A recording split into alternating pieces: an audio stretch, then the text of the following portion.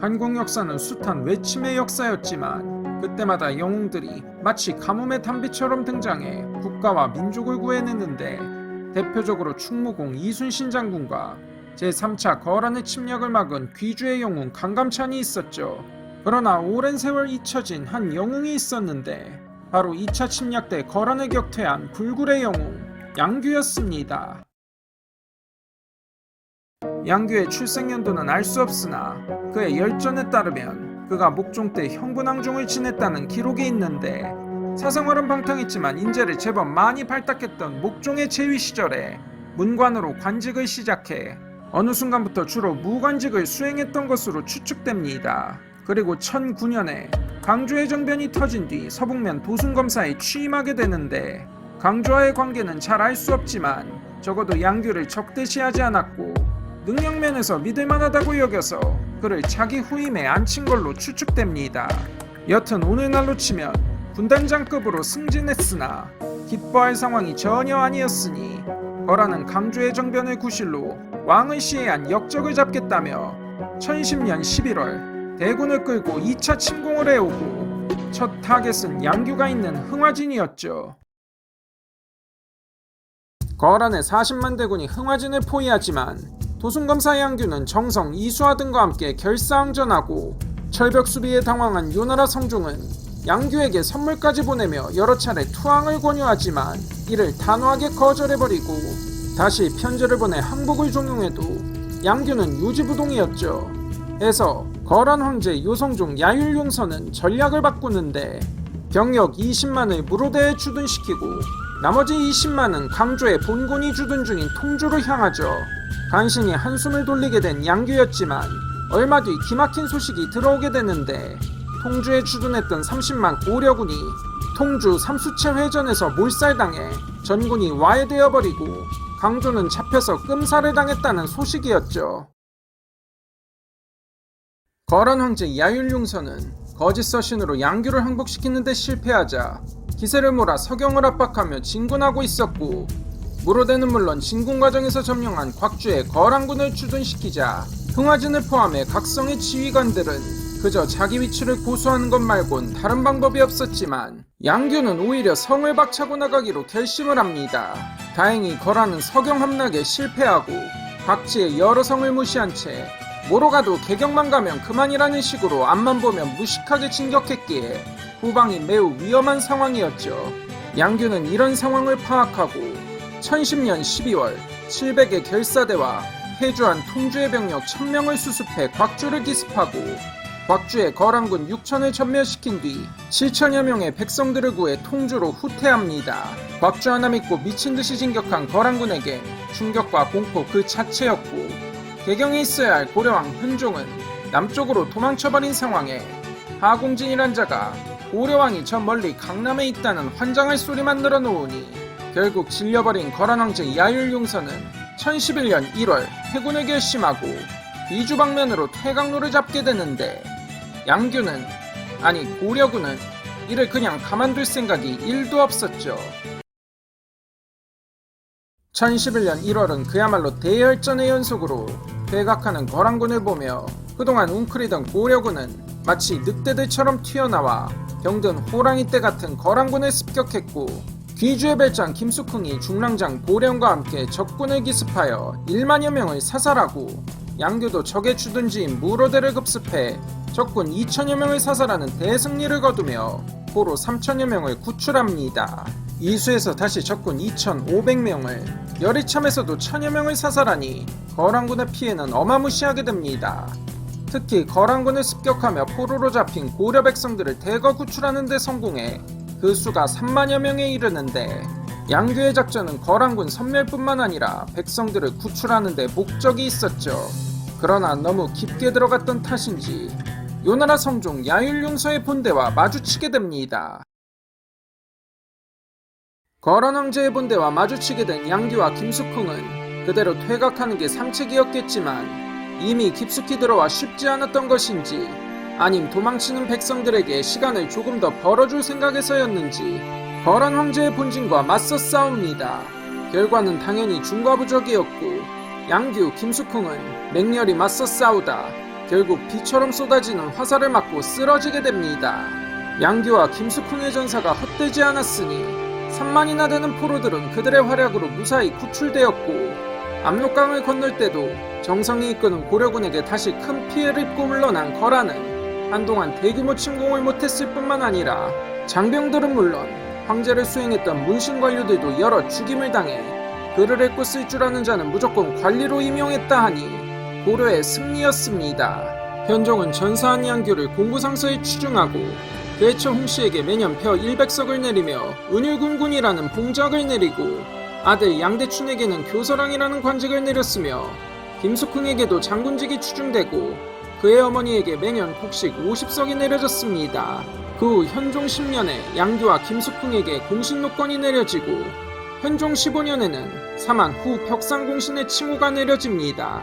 그의 아들인 양대춘도 아버지 양규 못지않게 뛰어난 활약을 거듭하는데, 고려의 명신이었던 최충은 지조가 탁월하고 지략이 많으며 군사 방면에도 통달한 인재라고 평가할 만큼 뛰어난 장수로 성장하게 됩니다.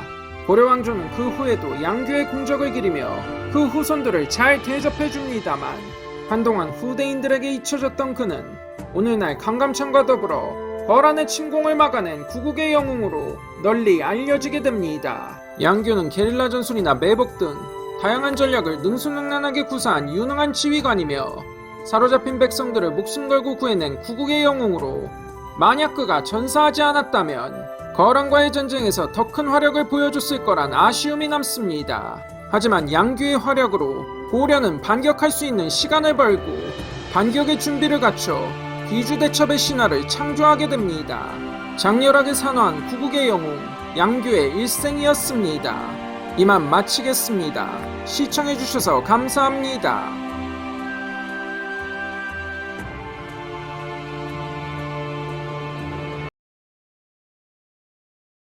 강감찬은 충무공 이순신, 의지문덕과 함께 한국사의 영웅으로 추앙되며 한국인이라면 귀주대첩 강감찬을 애국가 1절만큼이나 완벽하게 기억합니다. 그는 역사뿐 아니라 숱한 민간설화로도 널리 회자됐는데, 그만큼 민중들에게도 영원히 기억될 만큼 강력한 기억을 남긴 신화적인 인물 그 자체였습니다.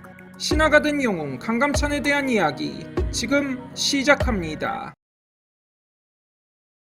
강감찬은 서기 948년 지금의 서울특별시 관악구 봉천동과 금천구 일대인 금주에서 강궁진의 아들로 태어났는데, 아버지 강궁진은 태조 왕건을 도운 사만벽상 공신이었으며 그 집안은 경주에서 금주로 이주해 강감찬의 5대조 강여청 때부터 유서 깊은 호족 가문이었으니, 간단히 말해 강감찬은 금수저였다고 할 수 있습니다. 대부분의 위인들처럼 강감찬도 비범한 탄생설화가 전해지는데, 태어날 때 하늘에서 문곡성이 강감찬의 집에 떨어졌다는 설화가 고려사에 전해지며, 조선 초의 문신 성현의 용제총화엔 강감찬이 몸집과 키가 작아 키 크고 멀쑥한 자에게 관복을 입히고 자신은 그 뒤를 따랐다고 하는데, 중국 송나라 사신이 강감찬을 알아보고 중국에서 한동안 못 본 염정성이 동방에 있었다며 절을 올렸다 합니다. 문곡성은 문을 상징하고 염정성은 형살, 즉 형벌과 죽음을 주관하는 별인데, 양쪽의 기록이 엇갈린 것은 강감찬이 문인으로서의 자질과 생살여탈을 결정하는 장수의 기질을 동시에 지녔다는 뜻으로 이해하면 심플할 듯합니다. 그러나 정작 강감찬은 만 35세에 다소 늦은 나이에 장원급제했고, 예부신왕이던 1010년경엔 그의 나이 만 62세로 그닥 출세와 거리가 있었습니다. 26년 세월 동안 그가 뭘 했는지 설화를 통해 추측해보면 주로 지방관을 지내며 백성들에게 선정을 베풀고 일종의 백성들의 고충을 들어주는 해결사 역할을 한 듯합니다. 지금의 서울인 남경의 판관 시절 승려로 위장한 호랑이를 꾸짖으며 무리를 끌고 떠나라고 하자 호랑이들이 겁을 먹고 사라졌다는 설화를 보면 민중의 고충을 살피며 때론 엄정한 목민관으로 활약한 듯합니다. 강감찬이 고려조정의 예부신왕으로 영전하던 시기는 혼란의 연속이었습니다. 서기 1009년 강조가 목종을 시해하고 현종을 옹립했으며, 이를 구실로 기회를 노린 거란이 서기 1010년에 40만 대군을 이끌고 고려를 침공한 것입니다. 30만 대군을 이끌고 이에 맞선 강조는 통주 삼수체에서 참패해 거란군에 붙잡혀 척살당하고 거란군이 개경 포화까지 몰려오기 직전인 상황. 모든 대신들은 답이 없다며 항복을 주청하지만 62세의 강감찬이 홀로 나서 현종에게 간언하길 거란이 강조의 정변을 구실로 쳐들어왔으나 강조는 이미 전사했으니 거란은 전쟁의 명분을 잃었고 일단 당장의 위기를 피해 남쪽으로 냅다 도망쳐 거란의 칼날을 피한 뒤 차차 이길 방도를 모색하자고 합니다. 가만히 듣고 있던 현종은 강감찬의 말을 옳게 여겨 몽진을 하고 주변 성들을 버려둔 채 뭐로 가도 개경으로 가면 그만이라는 식으로 밀고 내려온 거란은 결국 현종을 잡지 못하고 양규가 펼친 게릴라 전술로 후방이 불안해지자 결국 고려에서 퇴각하게 됩니다. 그렇게 2차 거란의 침략이 종결된 뒤 개경에 돌아온 현종은 이때부터 강감찬을 중용하게 됩니다. 1011년 한림학사 승지, 1012년 동북면 행영병마사, 1014년엔 재상인 중추사에 오르고 2부 상소를 거쳐 1018년엔 내사시랑 평장사 겸 서경유수에 이어 서북면 행영토통사로 거란의 3차 침입을 대비하게 됩니다. 불과 7년 만에 정치 국방의 요직을 두루 섭렵하며 승진가도를 달리게 되는데 현종이 왜 강감찬을 중용했는지를 추측해보면 다들 항복을 주장할 때 항전을 주장하는 모습에 깊은 인상을 받았고 그냥 대책 없는 결사항전이 아닌 냉철한 정세 판단을 내려 현종에게 몽진을 제안해 결과적으로 거란이 퇴각해 전쟁이 끝난 걸 보고 강감찬의 비범함을 알아본 듯합니다. 해서 강감찬을 중용하며 정치 군사 요직을 맡겨보고 업무 수행 과정을 지켜본 현종이 더욱 강감찬을 신뢰한 듯합니다. 1016년 12월 강감찬은 계령연의 토지 12결을 군인들에게 지급해줄 것을 현종에게 추청하는데 김은 최질의 무심란이 재정 문제로 인한 영업전 몰수에서 비롯된 걸 보고 관료의 녹봉을 조정하고 나아가 조정 대신들도 희생을 감수하게 하는 분위기를 조성한 듯합니다. 이렇게 전시체제 속에서 맹활약하던 차에 1018년 드디어 거란이 대대적인 3차 침공을 해옵니다. 마침내 1018년 12월 소배합의 10만 거란군이 대대적인 침략을 해오고 고려도 20만 대군을 편성해 총대장인 상원수 강감찬을 필두로 대장군 강민첨이 부원수 그리고 김종현이 병마판관으로 출정하게 됩니다. 강감찬은 김종현의 기병 1만 2천을 복병으로 배치하고 흥화진 앞 삼교천에서 10만 거란군에게 수공을 가한 뒤 매복으로 큰 타격을 입히지만 소배합은 포기하지 않고 오히려 비어있는 개경을 향해 진격을 거듭해 황해도 신은현에 이릅니다. 거란의 전략을 파악한 강감찬이 김종현에게 기병 1만 2천을 주어 뒤를 추격하게 하고 현종이 청해전술을 펼치며 개경을 사수하고 대담하게도 기병으로 소배합을 기습해 사기를 꺾자 소배합은 추격군의 압박과 보급 문제로 결국 퇴각해서 귀주 방면으로 향하게 됩니다. 1019년 음력 2월 1일 한반도 내륙의 귀주를 거쳐 퇴각하려 한 10만 거란군과 이를 막아선 강감찬의 20만 고려군이 충돌하는데 거란보다 수적으로 우세한 대군이었으나 김종현의 기병대가 빠지고 대부분이 보병인데다 바람의 방향까지 분리했고 10만 거란군은 수적 분리를 막강한 기병대로 밀어붙이며 양쪽이 치열하게 맞붙지만 김종현의 기병대가 전장에 도착하며 상황이 반전됩니다.